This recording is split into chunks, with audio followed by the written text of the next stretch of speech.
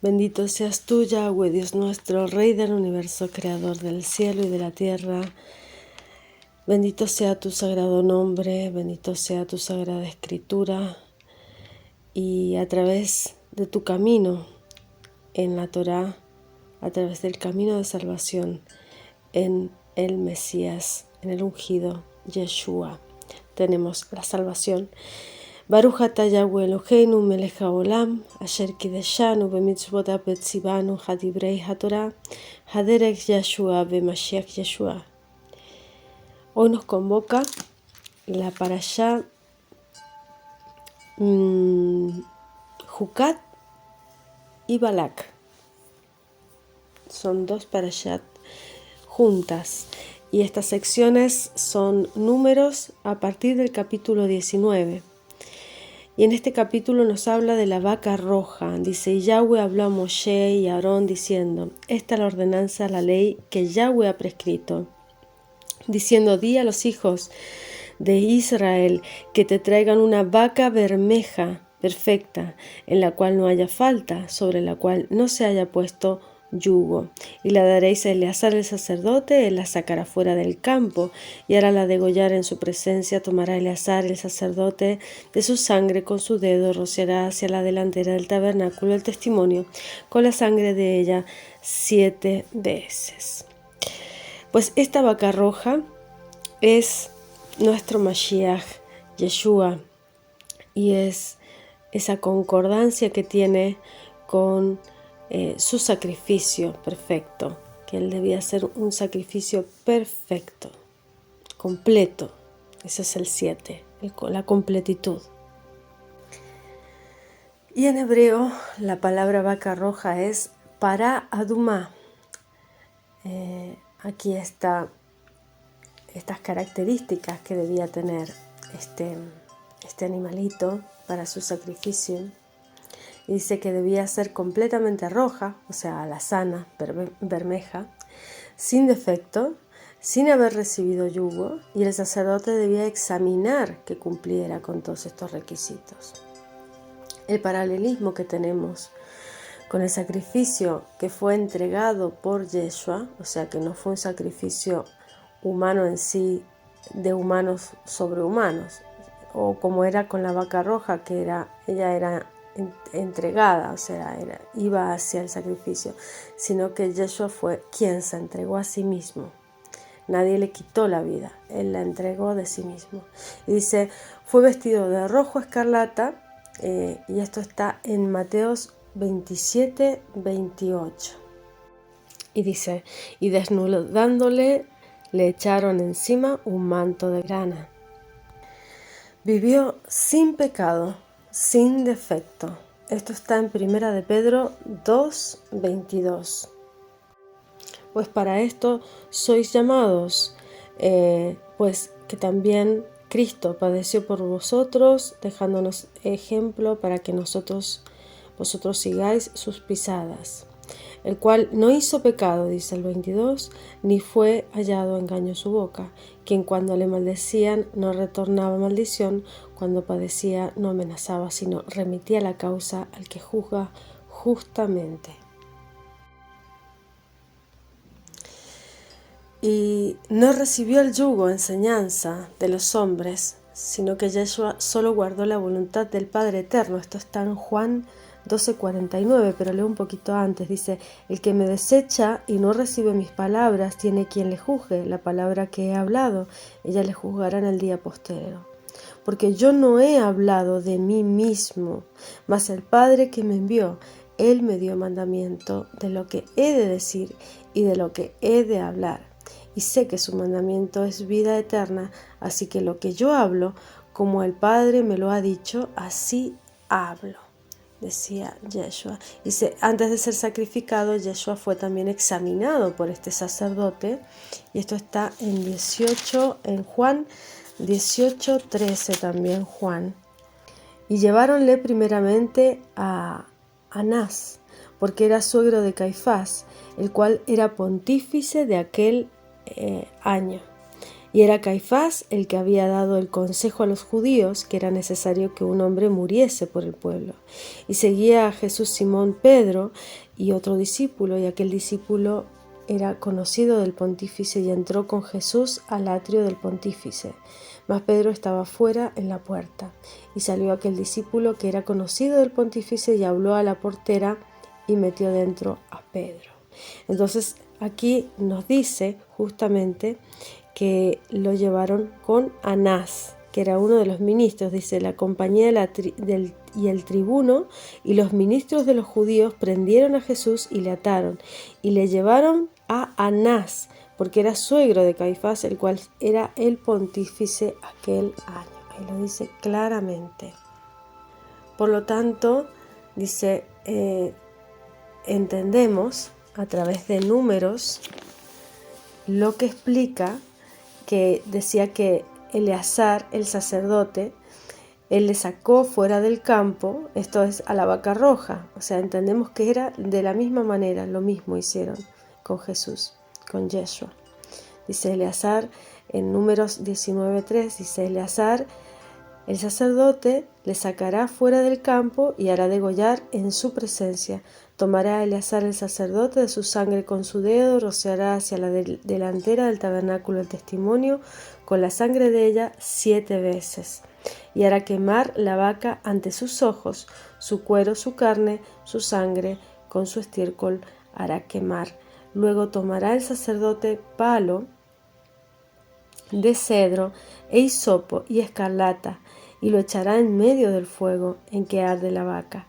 El sacerdote lavará luego sus vestidos, lavará también su carne con agua y después entrará en el real y será inmundo el sacerdote hasta la tarde. Asimismo, el que la quemó lavará sus vestidos en agua, también lavará el agua de su carne y será inmundo hasta la tarde.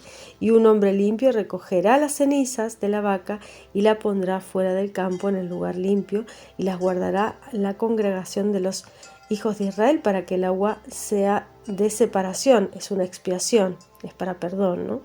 Y el que recogió las cenizas de la vaca lavará sus vestidos y será inmundo hasta la tarde, y será de los hijos de Israel y el extranjero que peregrina entre ellos por estatuto perpetuo. El que tocare muerto de cualquier persona humana, 7 días será inmundo. Entonces eran 3 los sacerdotes que quedaban inmundos, esos 3 como en el caso de Yeshua. Y vemos que esto es lo que debía ser el sacrificio. Dice, debía ser fuera del campamento. Esta vaca roja, vermelha, debía de ser degollada por un Cohen Shohet, que era el sacerdote degollador, quien también tomaba de la sangre, esta sangre que rociaba 7 veces con su dedo, al frente de la tienda del encuentro. Este sacerdote quedaba inhabilitado hasta la puesta del sol, es lo que acabo de leer, y debe ser quemada también por el Cohen Shoref, que era el cremador. El animal debía ser quemado entero y no debía quitársele nada, ni siquiera el estiércol. Debía quemarse con 3 elementos, que era madera de cedro, tela roja e hisopo.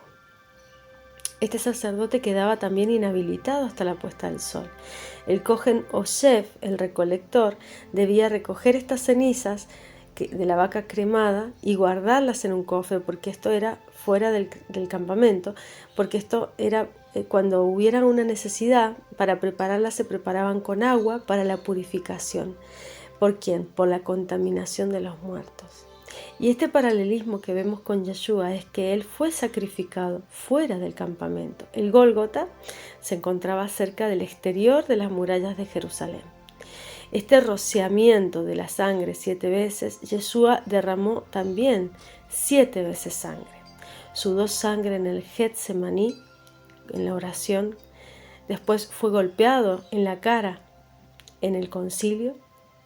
Tuvo sangre en la espalda cuando fue azotado, esta es la 3ª vez, en la cabeza por la corona de espinas, la 4ª vez, perforado en sus manos, perforado en sus pies, la 6ª vez, la 5ª y la 6ª, y al final la sangre y el agua que salió del costado por la lanza del soldado romano. Dice, este 7 es el símbolo de esta perfección, de esta completitud, de lo completo.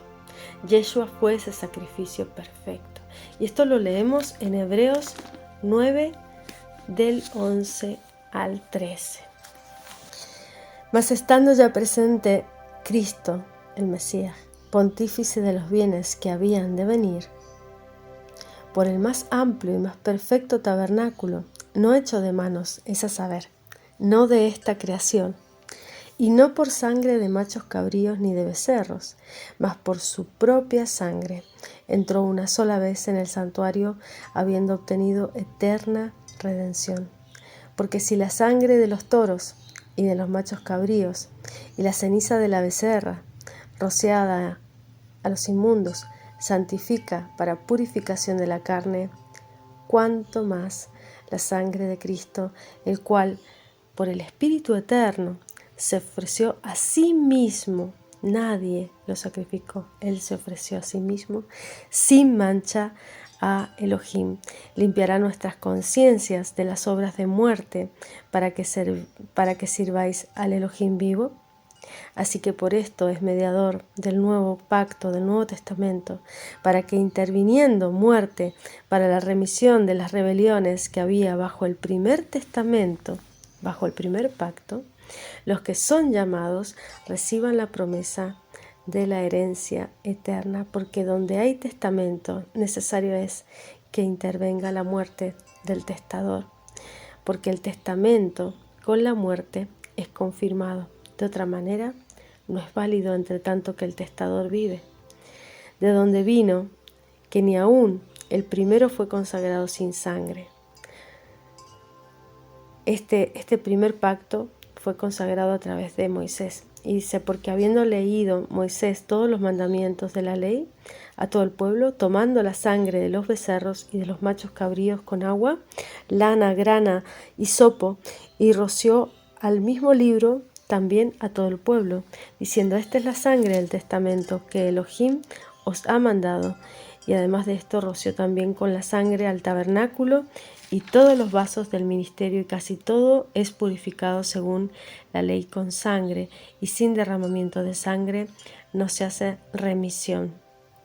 Este es el sacrificio que Cristo nos dio y que quitó el pecado.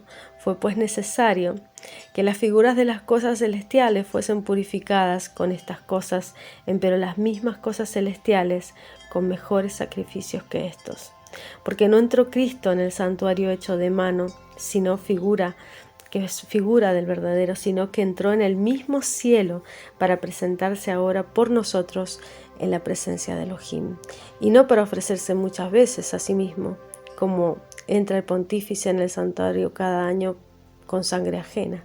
De otra manera, fuera necesario que hubiera padecido muchas veces desde el principio del mundo, mas ahora una vez, en la consumación de los siglos, para deshacimiento del pecado, se presentó por el sacrificio de sí mismo, y de la manera que está establecido a los hombres que mueran una vez y después el juicio, pues así también Cristo fue ofrecido una vez para agotar los pecados de muchos, y la segunda vez sin pecado será visto de los que le esperan para salvación. Así sea. Refiriéndose a los tres elementos, a lo que es madera de cedro, rojo y hisopo, Yeshua fue muerto en un madero, vestido de escarlata, y se le dio a beber vinagre con un hisopo. Esto está en Juan 19. Lo buscamos. Juan 19, 29. Y estaba allí un vaso lleno de vinagre. Entonces ellos hinchieron una esponja de vinagre y rodeada a un hisopo se la llegaron a la boca. Y como Jesús tomó el vinagre, dijo, consumado es, y habiendo inclinado la cabeza, dio el espíritu. Eran 3 estos sacerdotes que quedaban impuros, y sumando eran 3 días de impureza. Yeshua estuvo 3 días en la tumba y resucitó.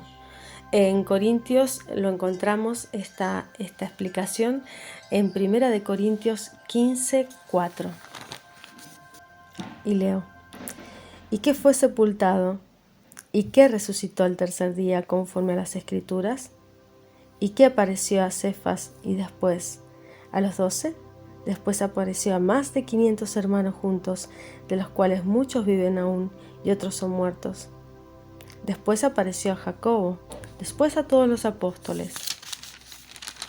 Y el postrero de todos, como un abortivo, me apareció a mí. Está hablando Saulo de Tarso, ¿no? Porque yo soy el más pequeño de los apóstoles, que no soy digno de ser llamado apóstol, porque perseguí la iglesia de Elohim. Empero por la gracia de Elohim soy lo que soy, y su gracia no ha sido en vano para conmigo. Antes he trabajado más que todos ellos, pero no yo, sino la gracia de Elohim que fue conmigo. Es como él al tercer día fue purificado, fue limpio y fue resucitado. Y dice, el que tocare cadáver de cualquier persona será inmundo 7 días. Al tercer día se purificará con aquella agua y al séptimo día será limpio.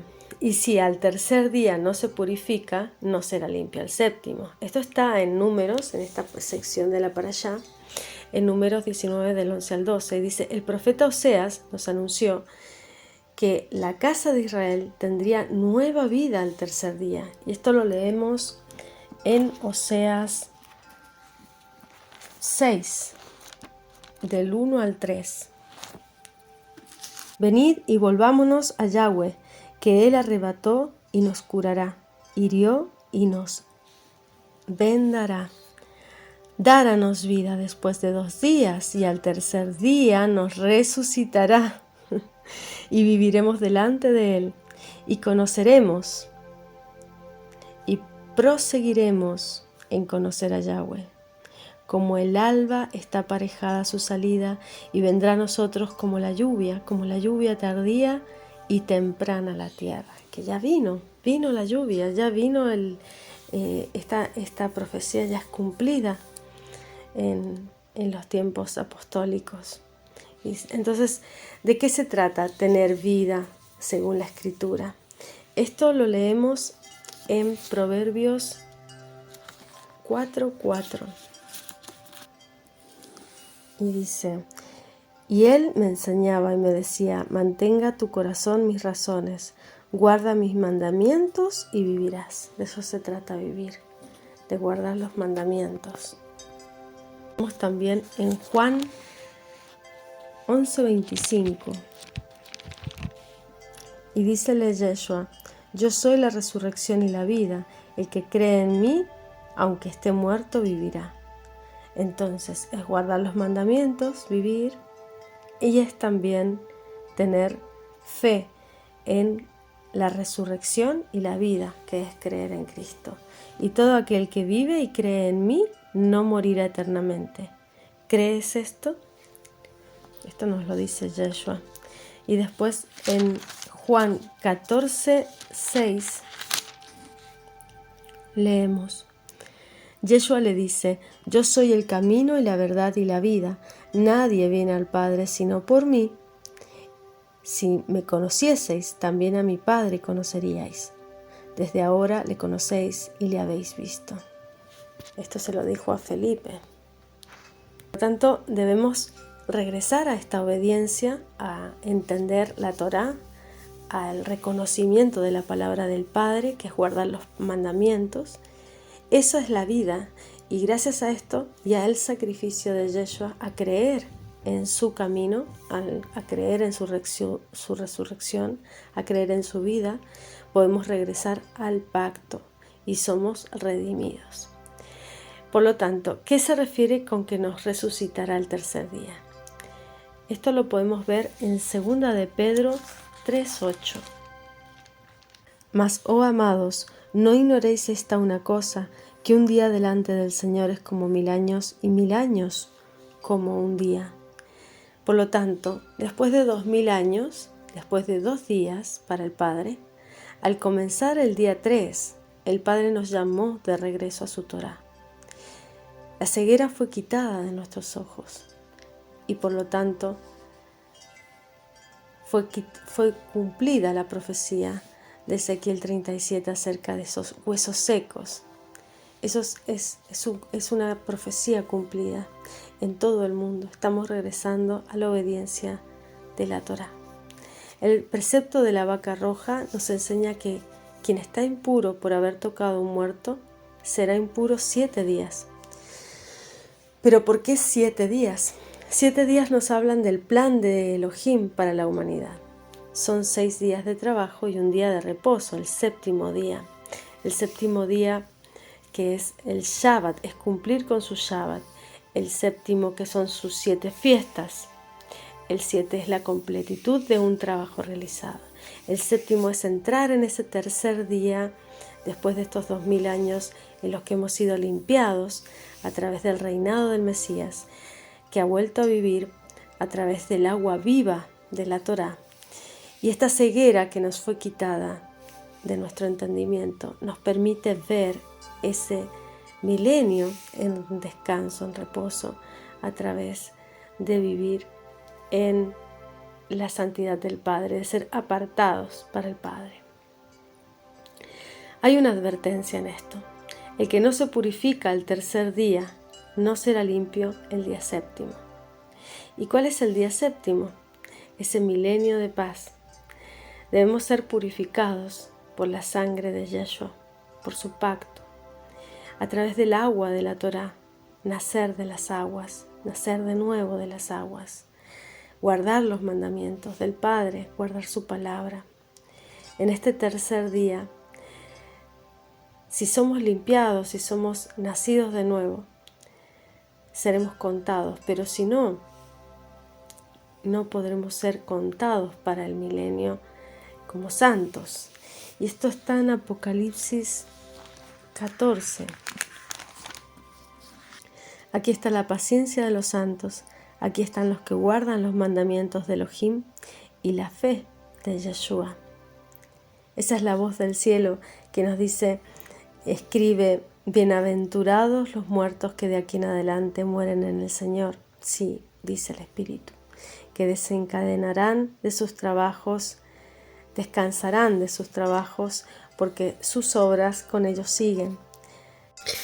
Y en el texto base, el capítulo 20, entendemos esta rencilla o esta disputa de las aguas, por las aguas.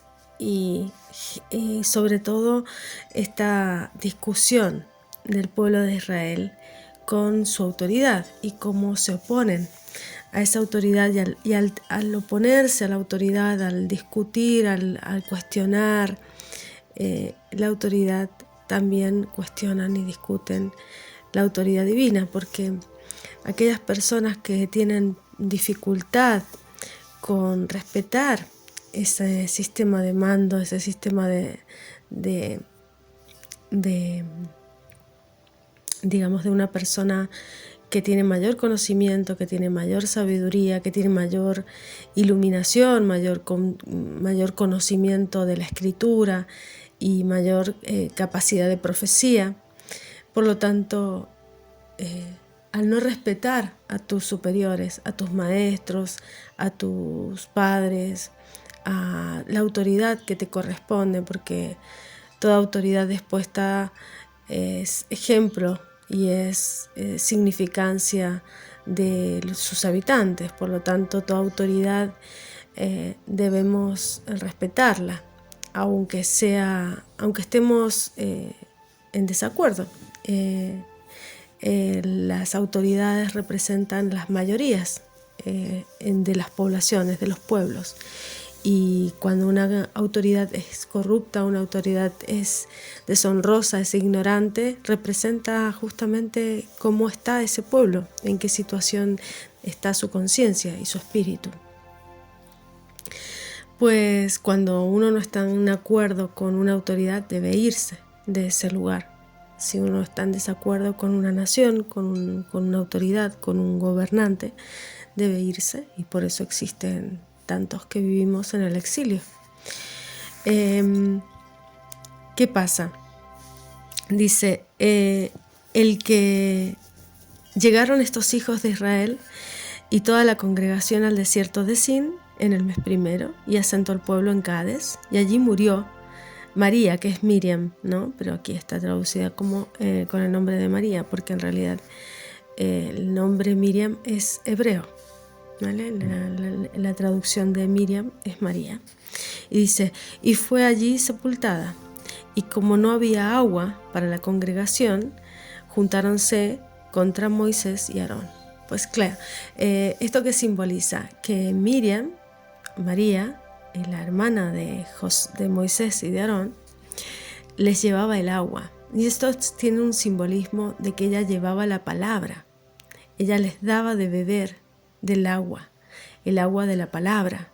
Y como las personas dejaron de recibir ese agua, desde lo que llegaba de Elohim, desde lo que llegaba de Yahweh, hacia Moisés, de Moisés a Aarón y de Aarón a Miriam, y Miriam era la que daba las aguas a la congregación, a todo el pueblo.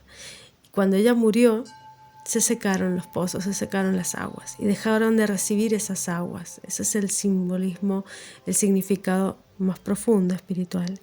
Entonces regañó el pueblo a Moisés y hablaron diciendo, ojalá que nosotros hubiésemos muerto cuando perecieron nuestros hermanos delante de Yahweh. O sea, estaban deseando morir. Dice, ¿y por qué hiciste venir la congregación de Yahweh a este desierto para que muramos aquí nosotros y nuestras bestias? ¿Por qué nos has hecho subir de Egipto para traernos a este mal lugar? No es lugar de sementera, de higueras, de viñas, de granadas, ni aún de agua para beber. Dice, y fuéronse Moisés y Aarón de delante de la congregación a la puerta del tabernáculo del testimonio, echáronse sobre sus rostros, y la gloria de Yahweh apareció sobre ellos. Y habló Yahweh a Moisés diciendo, toma la vara, reúne la congregación, tú y Aarón, tu hermano, y hablad a la peña en ojos de ellos, y ella dará agua, y les sacará aguas de la peña, y darás de beber a la congregación y a sus bestias. Entonces Moisés tomó la vara delante de Yahweh, como él le mandó, y juntaron Moisés y Aarón la congregación delante de la peña. Y le dijeron, oíd ahora, rebeldes, os hemos de hacer salir aguas de esta peña. Entonces alzó Moisés su mano, hirió la peña con su vara 2 veces. Y salieron muchas aguas, y bebió la congregación y sus bestias. Y Yahweh dijo a Moisés y a Aarón, por cuanto no creísteis en mí, para santificarme en ojos de los hijos de Israel, por tanto no meteréis esta congregación en la tierra que les he dado. Estas son las aguas de la rencilla, de la disputa. ¿Y esto qué significa? Primero, el pueblo y la congregación no creyó en la palabra de Yahweh. Por lo tanto, no confiaron en que las aguas llegarían. Y después cuando Yahweh le pide a Aarón y a Moisés que hablen a la congregación, o sea, que hablen a esas piedras, a esa dureza de corazón, en vez de hablarle, le dio con la vara, le pegó 2 veces a la roca con la vara. Y eso tampoco era lo que Yahweh le había pedido a Moisés, sino él le había pedido que le hablara. Y esto tiene un simbolismo muy profundo, y es el de que a una persona que está en un camino de entendimiento y que está dentro del mundo y que ha sido petrificado su corazón, que ha sido endurecido por los males de este mundo, tú no puedes golpearlo con la vara, o sea, tú no puedes castigarlo con la palabra y con los mandamientos. Debes hablarle de manera dulce, de manera tierna. Debes hablarle a esa roca para que la roca vaya ablandando su corazón y vaya entrando ese agua poco a poco y desintegrando esa roca.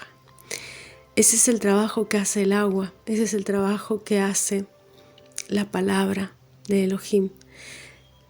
Su palabra hace que las rocas de nuestro corazón poco a poco vayan desintegrándose. Por eso el creer es por el oír y el oír es por el obedecer.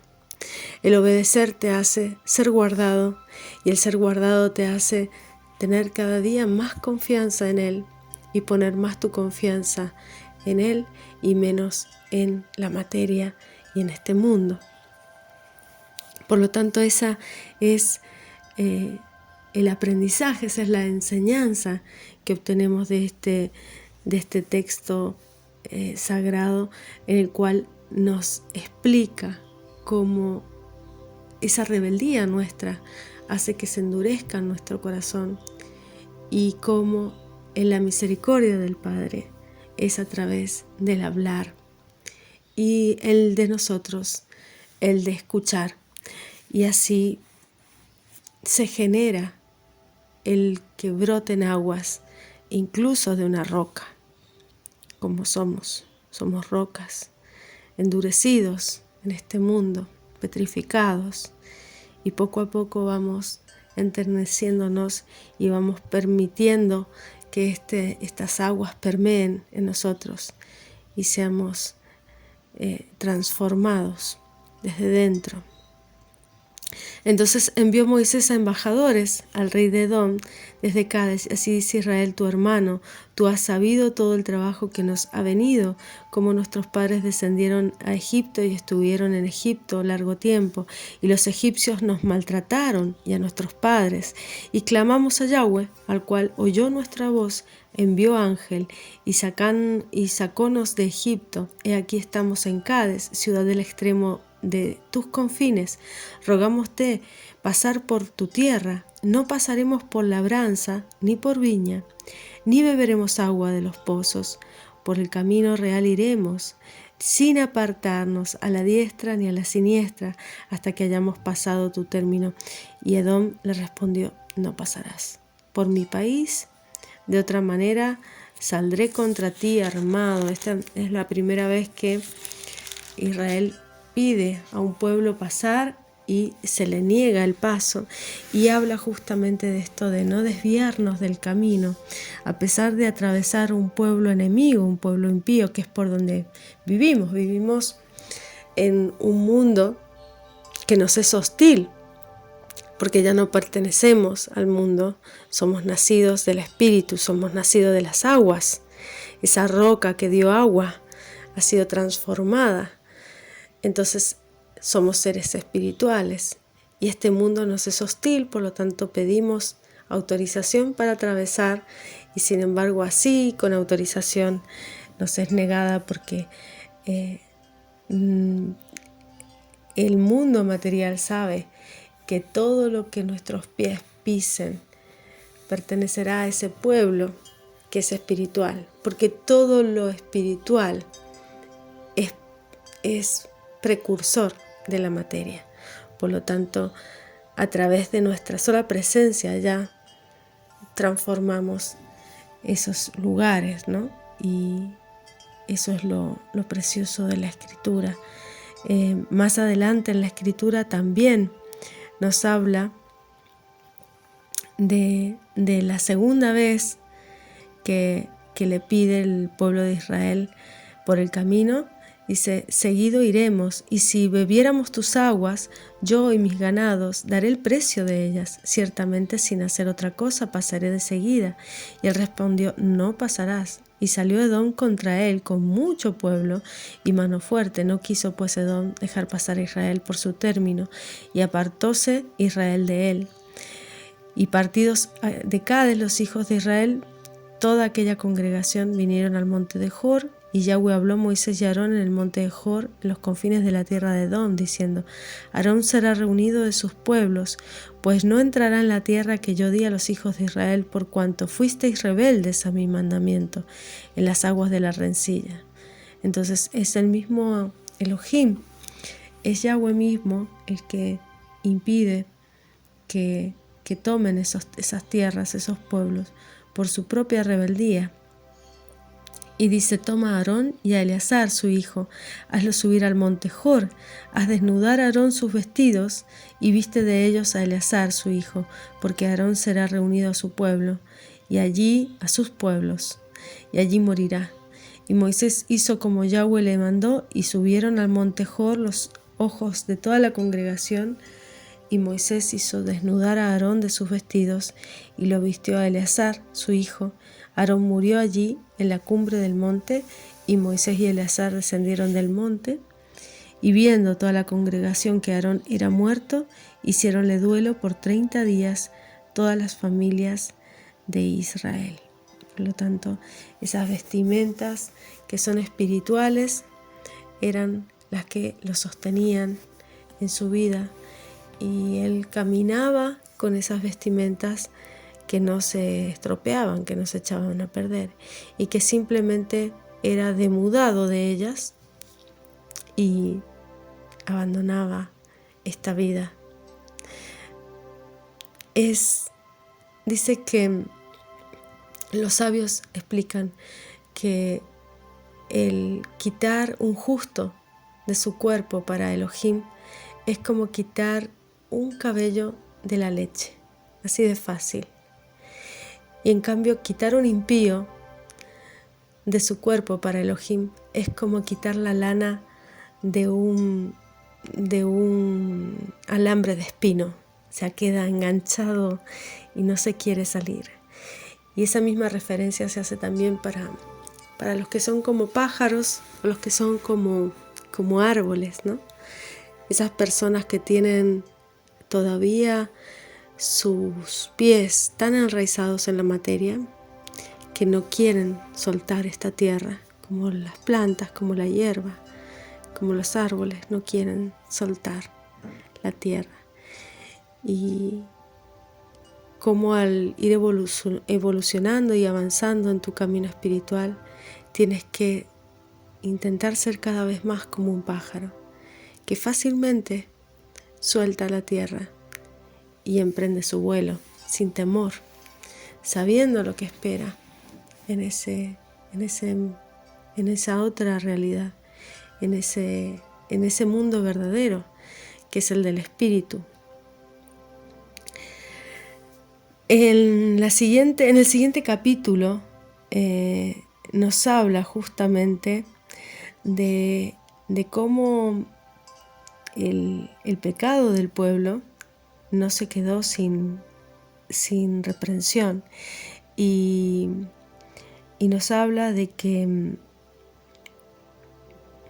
Israel hizo voto a Yahweh y dijo: sin efecto entregarás a este pueblo en mi mano, yo destruiré sus ciudades. Dice: Yahweh escuchó la voz de Israel y entregó al cananeo y destruyólos a ellos y a todas sus ciudades, y llamó el nombre de aquel lugar Hormá. Y partieron del monte de Hor camino al mar Bermejo para rodear la tierra de Edom, y abateóse el ánimo del pueblo por el camino.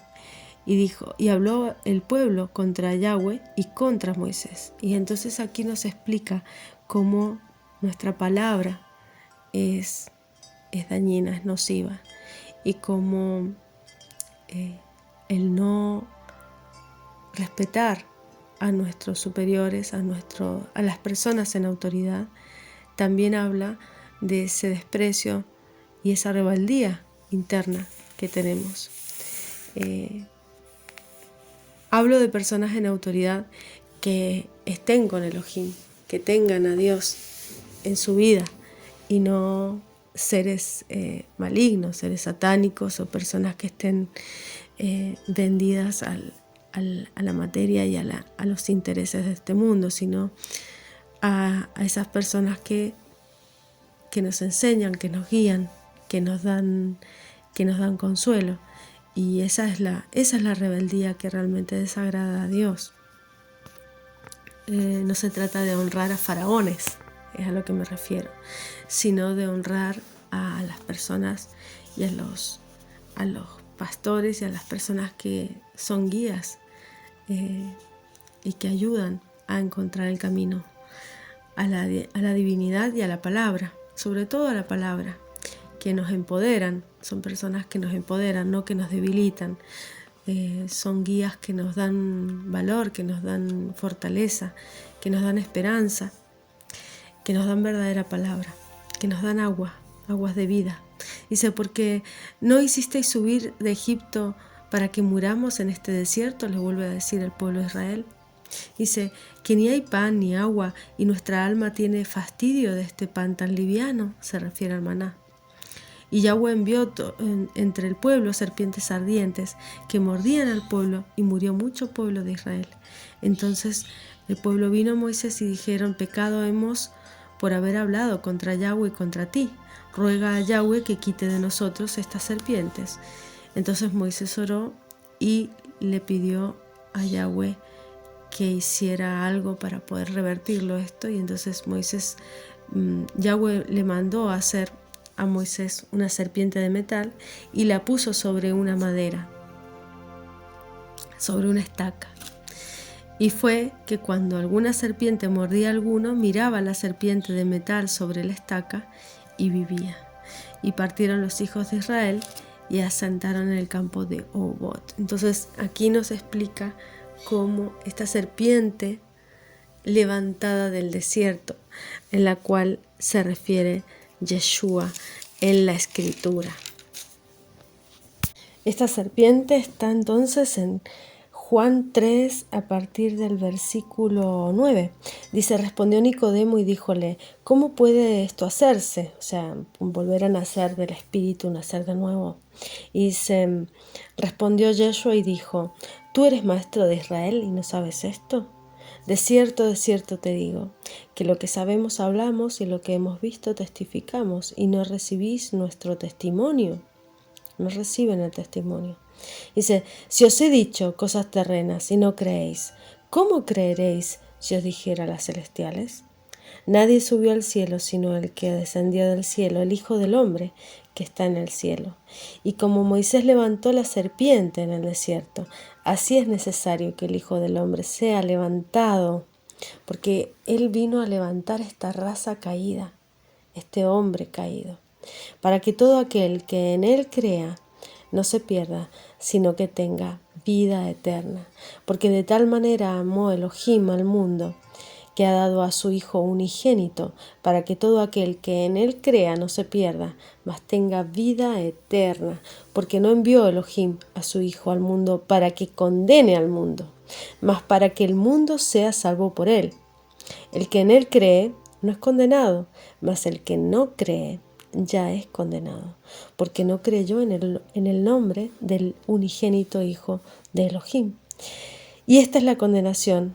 La luz vino al mundo y los hombres amaron más las tinieblas que la luz, porque sus obras eran malas, y porque todo aquel que hace lo malo aborrece la luz, no viene a la luz, para que sus obras no sean redargüidas, para que no se vea impugnado, para que no sienta que eso que está haciendo malo se ha usado como un argumento en su propia contra. Por lo tanto, más el que obra verdad viene a la luz, para que sus obras sean manifestadas, que son hechas en Elohim. En Juan también, en el capítulo 4, a partir del versículo 6, también nos habla de estas fuentes de las aguas, porque dice que vino a una ciudad de Samaria que se llamaba Sicar, junto a la heredad de Jacob, que dio a José su hijo. Entonces estaba allí la fuente de Jacob. Yeshua, cansado del camino, se sentó a la fuente, y era como la hora de sexta. Vino una mujer de Samaria a sacar agua, y Yeshua le dijo, dame de beber, porque sus discípulos habían ido a la ciudad a comprar de comer. Y la mujer samaritana le dice, ¿cómo tú, siendo judío, me pides a mí de beber, que soy mujer samaritana? ¿Y esto qué significa? ¿Qué tiene de raro que alguien te pida agua en el medio del desierto? No tiene nada de raro. Lo que pasa es que él estaba pidiendo palabra. Él estaba diciendo, ¿tú qué sabes? ¿Tú qué profecía tienes?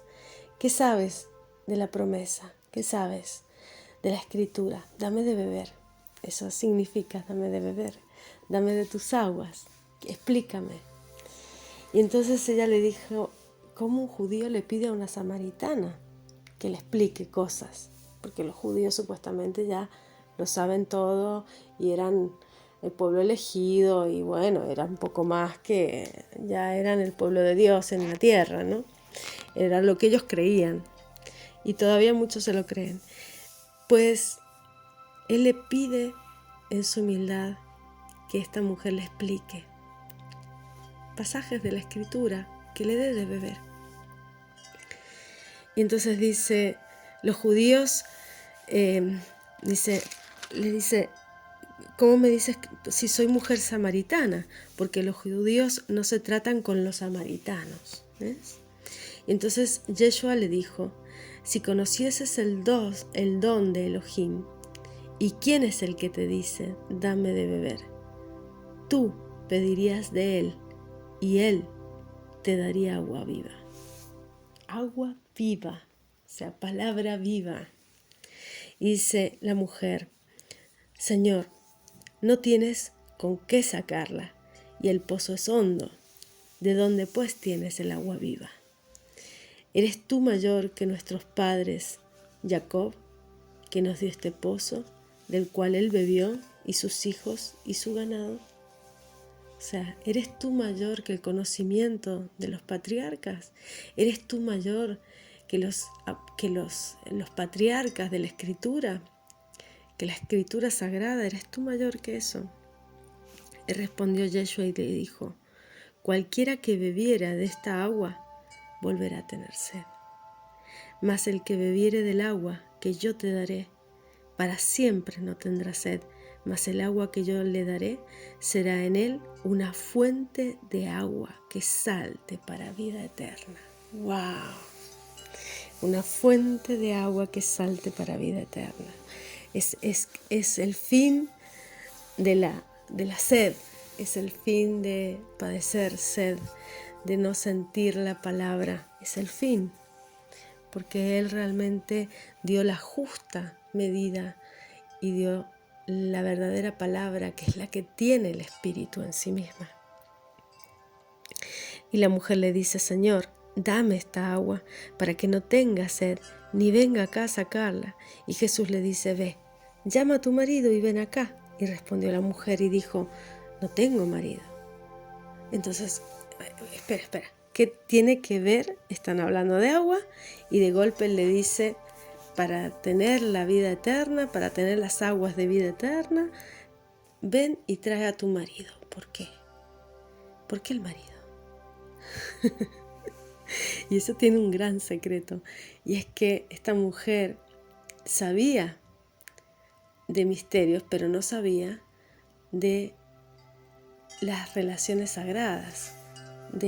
Es lo que Yeshua le iba a explicar, cómo tener esas relaciones de forma sagrada, de forma muy elevada, para poder despertar en ella todos los misterios y poder ser elevados. Es el camino más directo, es a través de nuestra sexualidad, porque es a través de ella como creamos cielos e infiernos también en esta tierra.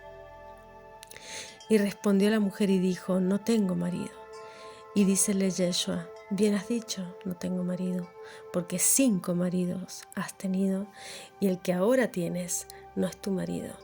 Esto has dicho con verdad. 5 maridos has tenido, y el que ahora tienes ya no es tu marido. Y esto tiene una referencia perfecta en la Escritura. Es el 6º marido el que no es su marido, el que es la materia. Ese 6º marido con el cual ella está fornicando, porque está en adulterio, es a través del cual ella está desconectándose de su espiritualidad.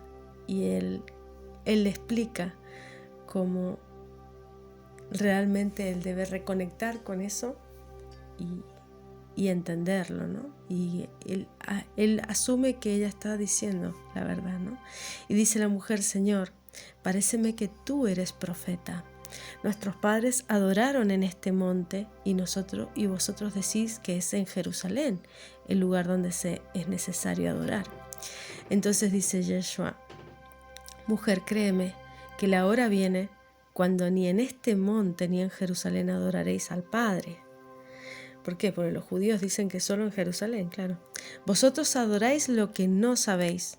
Nosotros adoramos lo que sabemos, porque la salvación, la salud, viene de los judíos, porque él era judío Y Él es salvación, es Yeshua, Él es Shua, Él es la salvación. Entonces por eso Él se refiere a sí mismo como que viene de los judíos. Dice, mas la hora viene y ahora es, cuando los verdaderos adoradores adorarán al Padre en espíritu y en verdad. Porque también el Padre, tales adoradores, busca que le adoren. Adorarán en espíritu y en verdad, porque somos, desde hace 2000 años del reinado mesiánico, templos del Padre. Y dice, Dios es espíritu, y los que le adoran en espíritu y en verdad es necesario que adoren. Y dice la mujer, sé que el Mesías ha de venir, el cual es, se dice, el ungido, el Mashiach, el Cristo.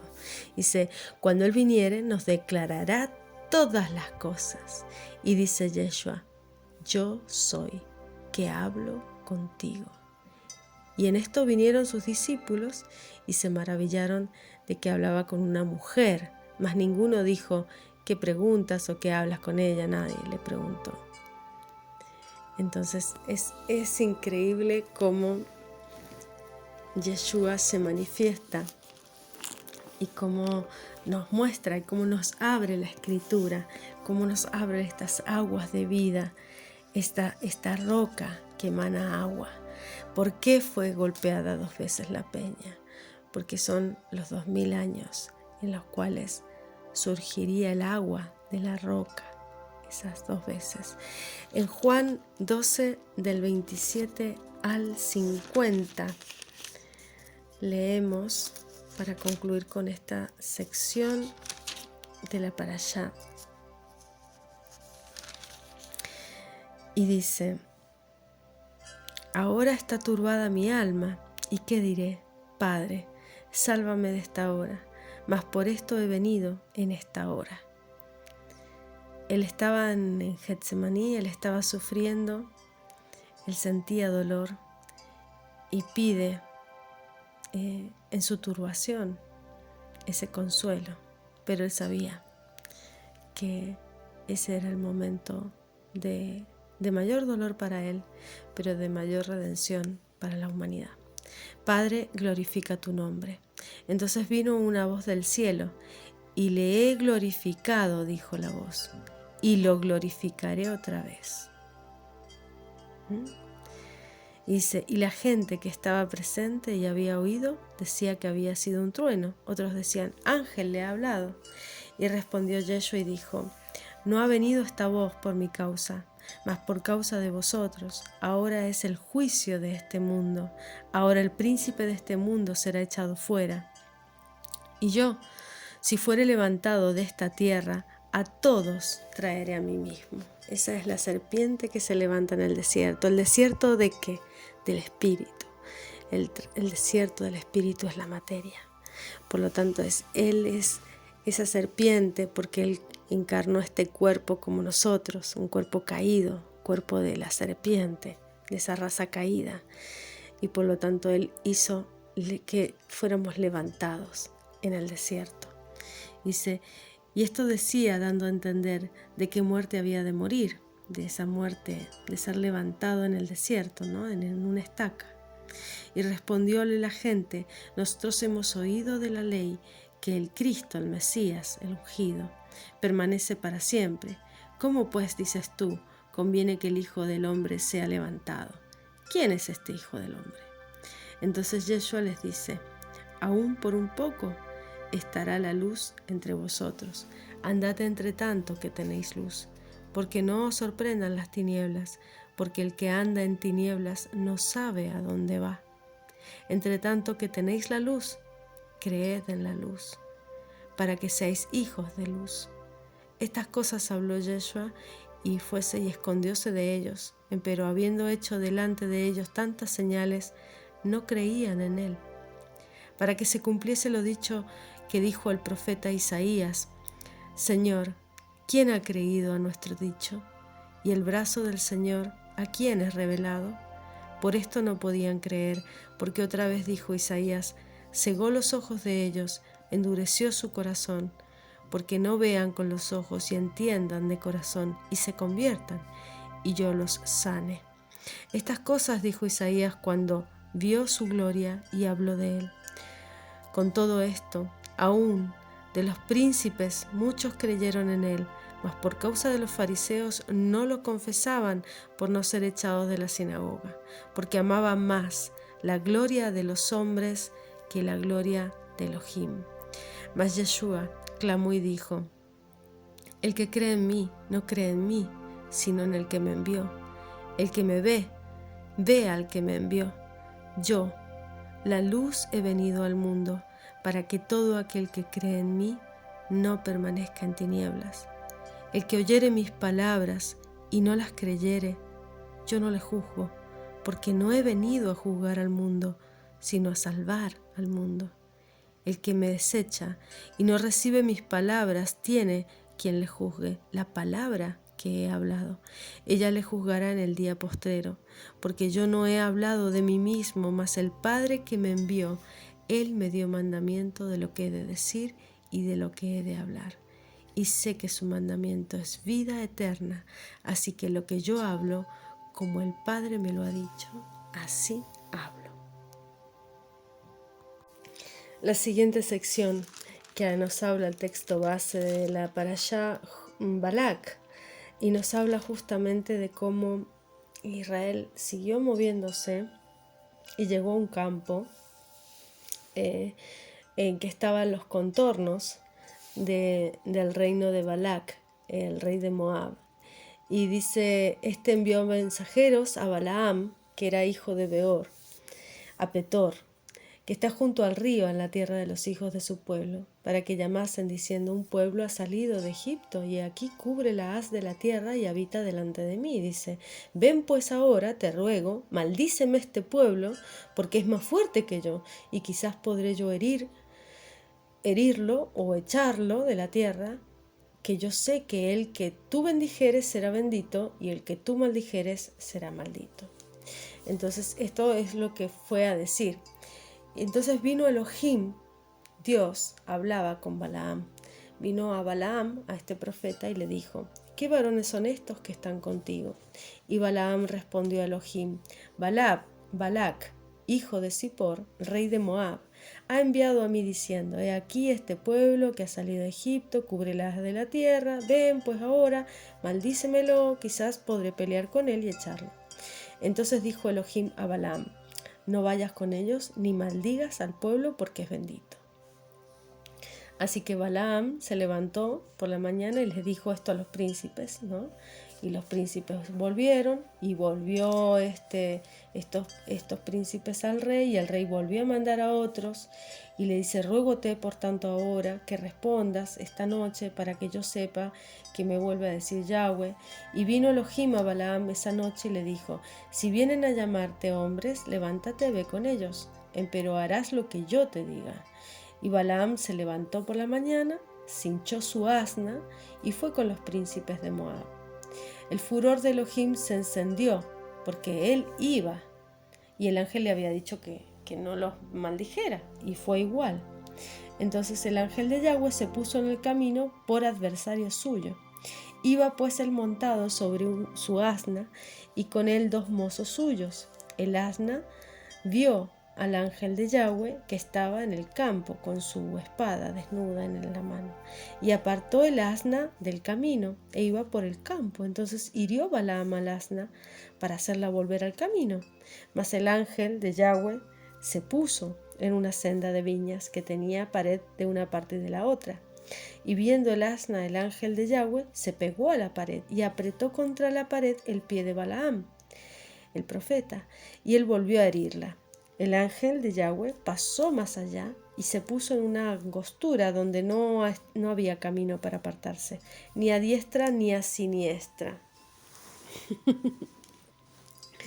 Esto nos suena a justamente lo que leímos de Números, de la parashá anterior, que piden el pueblo de Israel pasar por estos pueblos enemigos y que no se iban a apartar ni a diestra ni a siniestra. Dice: y vino el asna del ángel de Yahweh y echóse debajo de Balaam, Y se enojó Balaam, hirió el asna con el palo. Entonces Yahweh abrió la boca del asna, la cual dijo a Balaam: ¿qué te he hecho que me has herido estas 3 veces?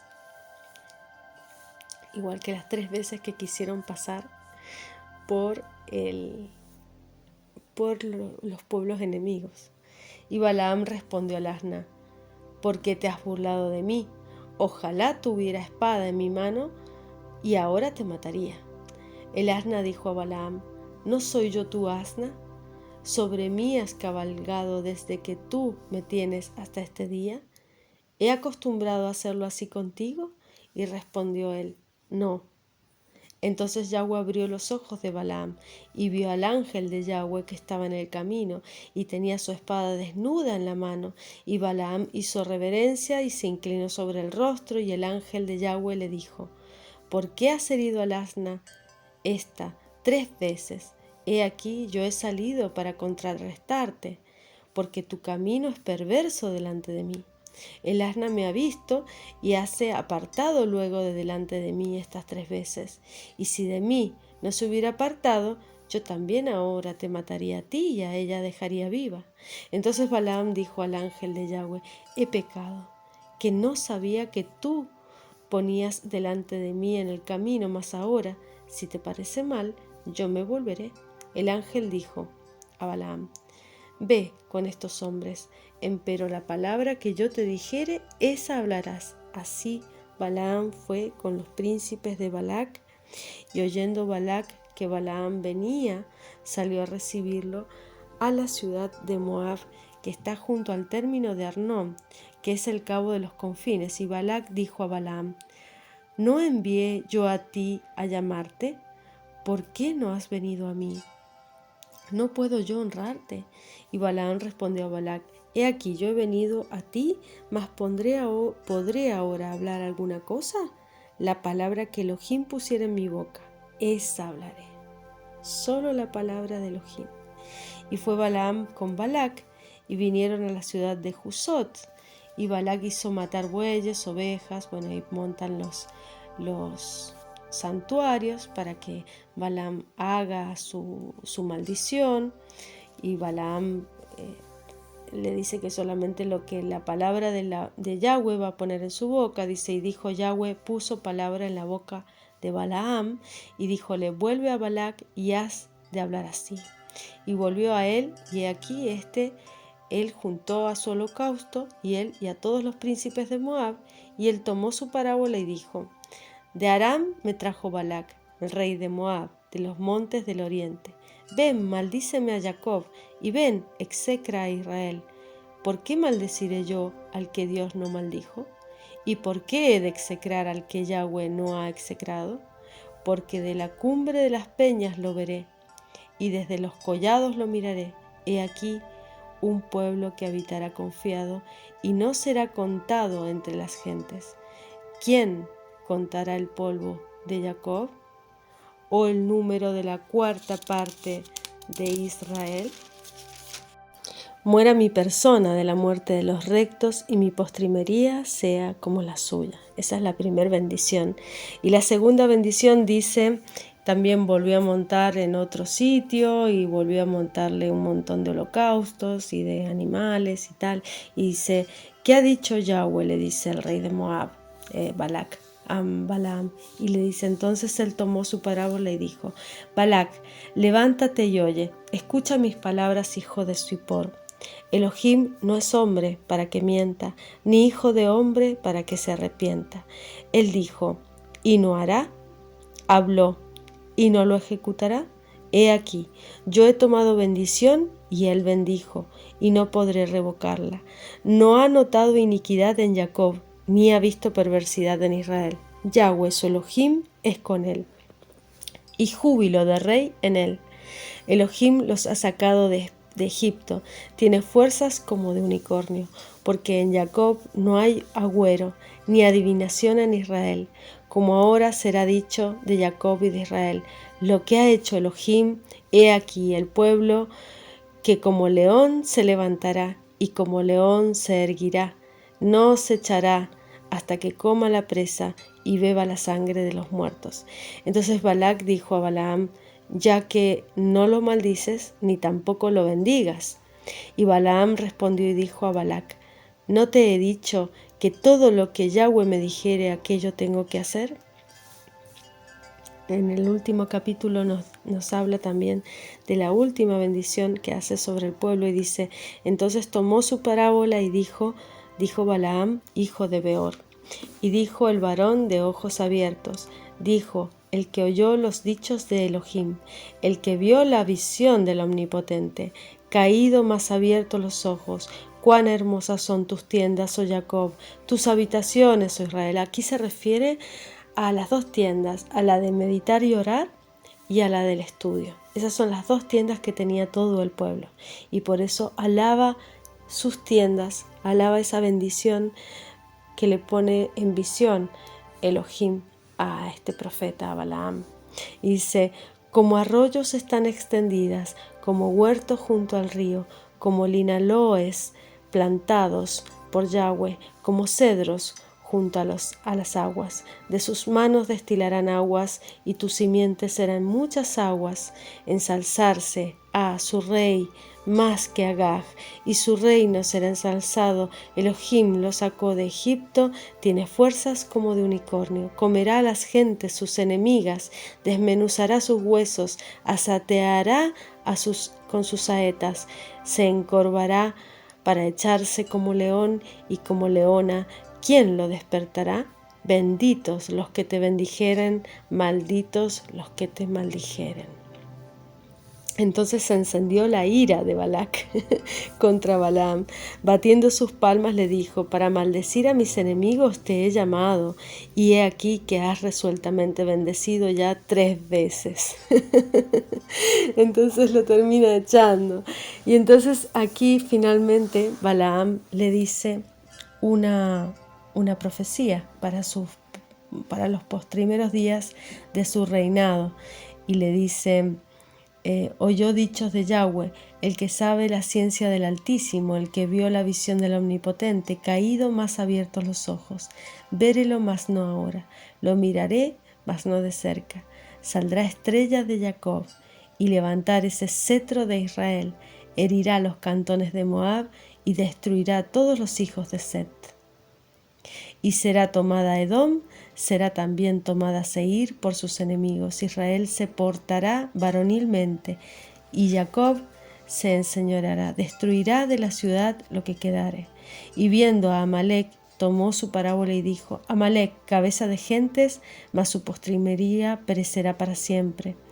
Y viendo a Cineo, tomó su parábola y dijo: fuerte es tu habitación, pon en la peña tu nido, que el Cineo será echado cuando Asur te llevare cautivo. Todavía tomó su parábola y dijo: ay, ¿quién vivirá cuando hiciere Elohim estas cosas? Y vendrán navíos de la costa de Sitim, afligirán a Asur, afligirán también a Eber, mas él también perecerá para siempre. Entonces se levantó Balaam y se fue, y volvióse a su lugar, y también Balac se fue por su camino. Y esto es lo que pasó con los hijos de Israel. Y finalmente, ¿qué pasó? Que lograron corromper a Israel. ¿Por qué? Porque Israel empezó a reposar en Sitim, se relajó el pueblo y empezó a fornicar con las hijas de Moab. Estas llamaron al pueblo a los sacrificios de sus dioses, y el pueblo comió y se inclinó a esos dioses, y se allegó el pueblo a Baal Peor, y esa fue la gran idolatría que cometió el pueblo de Israel. El furor de Yahweh se encendió contra Israel, y Yahweh dijo a Moisés: toma todos los príncipes del pueblo ahora, y Yahweh delante del sol, y la ira del furor de Yahweh se apartará de Israel. Entonces Moisés dijo a los jueces: matad cada uno a aquellos de los suyos que se han allegado a estos sitios a hacer orgías en contra de Yahweh, a hacer rituales de idolatría a esos dioses que hacían orgías para ellos. Porque la gran caída de la humanidad siempre ha sido por la idolatría, y una gran muestra de idolatría es la sexualidad pervertida, la sexualidad descontrolada, la sexualidad animal, la sexualidad que es de todos contra todos y que es predatoria, ¿no? Eso muestra la caída de una sociedad y también de la humanidad. Y por eso fue destruida Sodoma y Gomorra, y por eso cayeron en esta idolatría el pueblo de Israel. Entonces Moisés dijo a los jueces: llamad y matad a cada uno de los que se han allegado a este Baal Peor, a este sitio a adorar al Señor Baal Peor. Y aquí un varón de los hijos de Israel vino y trajo una madianita a sus hermanos, a ojos de Moisés y de toda la congregación de los hijos de Israel, llorando ellos a la puerta del tabernáculo del testimonio. Y lo vio Fineas, que estaban este varón con una madianita teniendo relaciones sexuales delante de todos, enfrente del tabernáculo. Y entonces el sacerdote Eleazar, ungido, hijo de Aarón el sacerdote, se levantó en medio de la congregación, tomó una lanza en su mano y fue tras este varón de Israel a la tienda y los alanceó a los dos, al varón y a la mujer, al varón de Israel y a la mujer por su vientre. Y cesó la mortandad de los hijos de Israel, porque había empezado a caer una plaga, justamente por toda esta perversión que cometían los hijos de Israel. Y vamos ahora a leer finalmente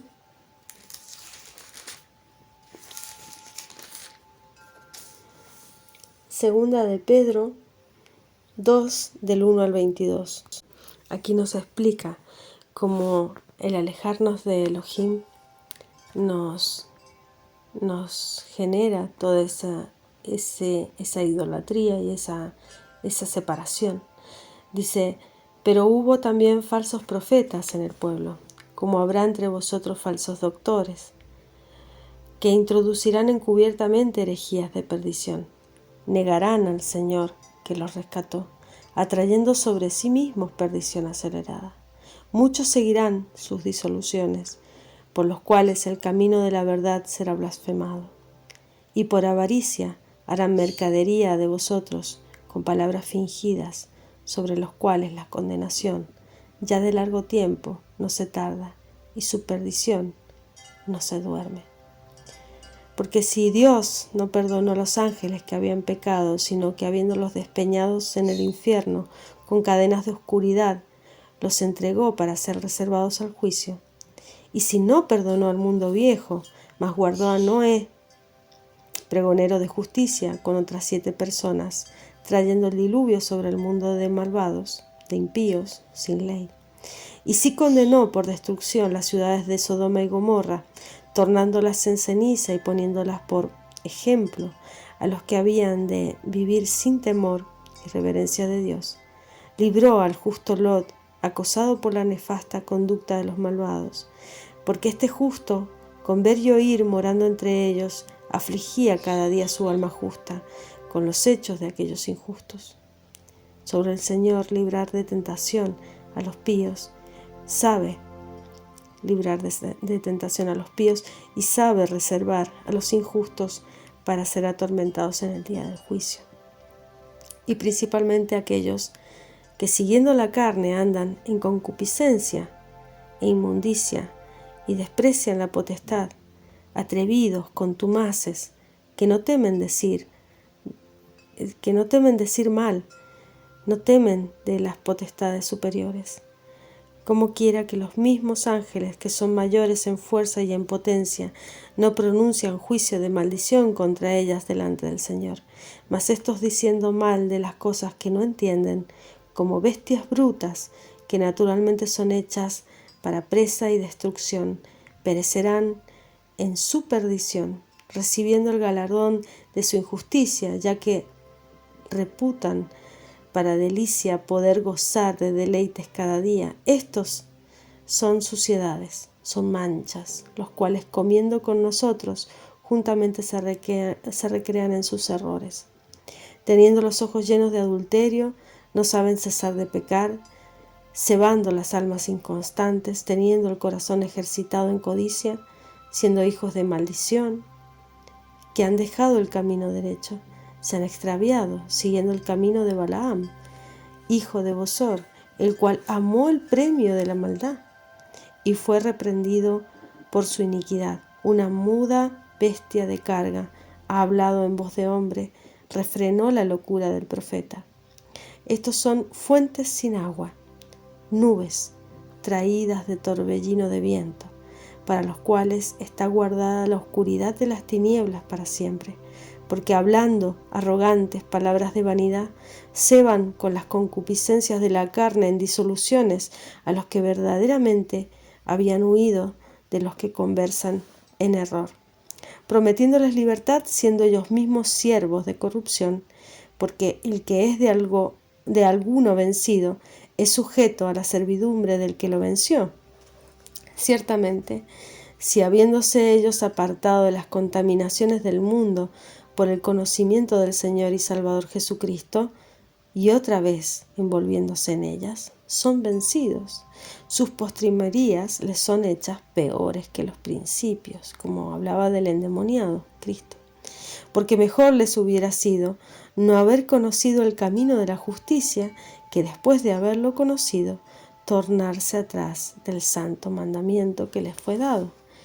Pero les ha acontecido lo del verdadero proverbio: el perro se volvió a su vómito, la puerca lavada a revolcarse en el cieno.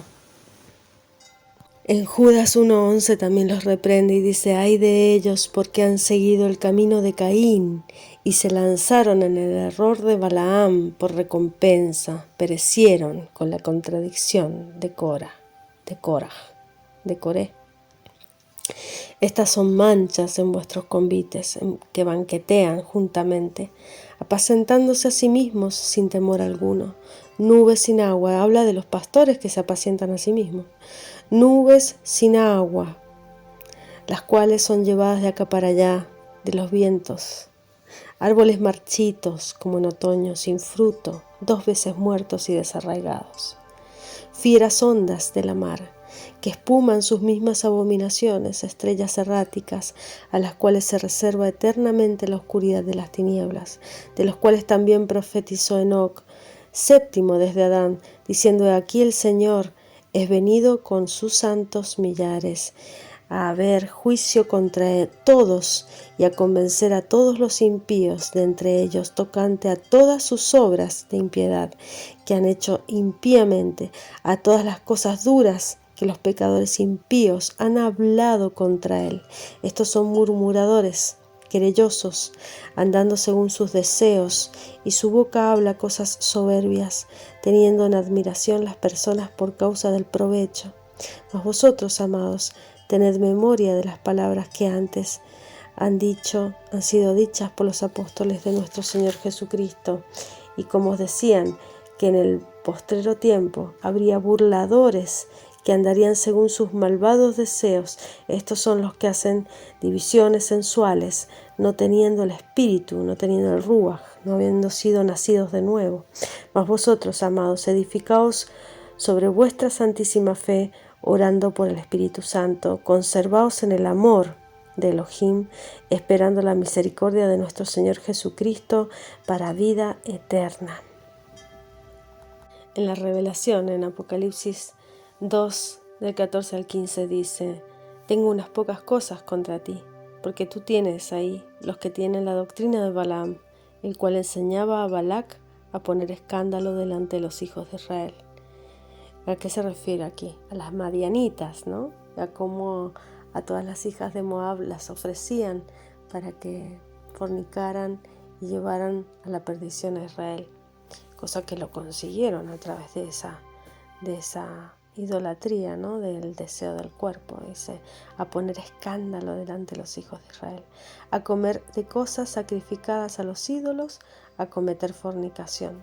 Así también tú tienes a los que tienen la doctrina de los nicolaitas, estos que se creen que hay un estamento piramidal de los sacerdotes de la curia, toda esta iglesia organizada, pagada, que son mercenarios, no que lucran con el espíritu. No se trata de eso, se trata de dar diezmos de parte de la congregación hacia estos pastores, pero no de que haya un sistema institucionalizado, porque ahí es donde las personas se corrompen, ahí es donde quieren ir subiendo de puestos, ahí donde hay política, eso está todo corrompido. Y dice, así también tú tienes a los que tienen la doctrina de los nicolaitas, la cual yo aborrezco. Arrepiéntete, porque de otra manera vendré a ti presto y pelearé contra ellos con la espada de mi boca, con la palabra. El que tiene oído oiga lo que el Espíritu dice a las iglesias. El que venciere, daré a comer del maná escondido y le daré una piedra blanca, en esa piedrecita un nombre nuevo escrito, el cual ninguno conoce sino aquel que lo recibe. Shalom.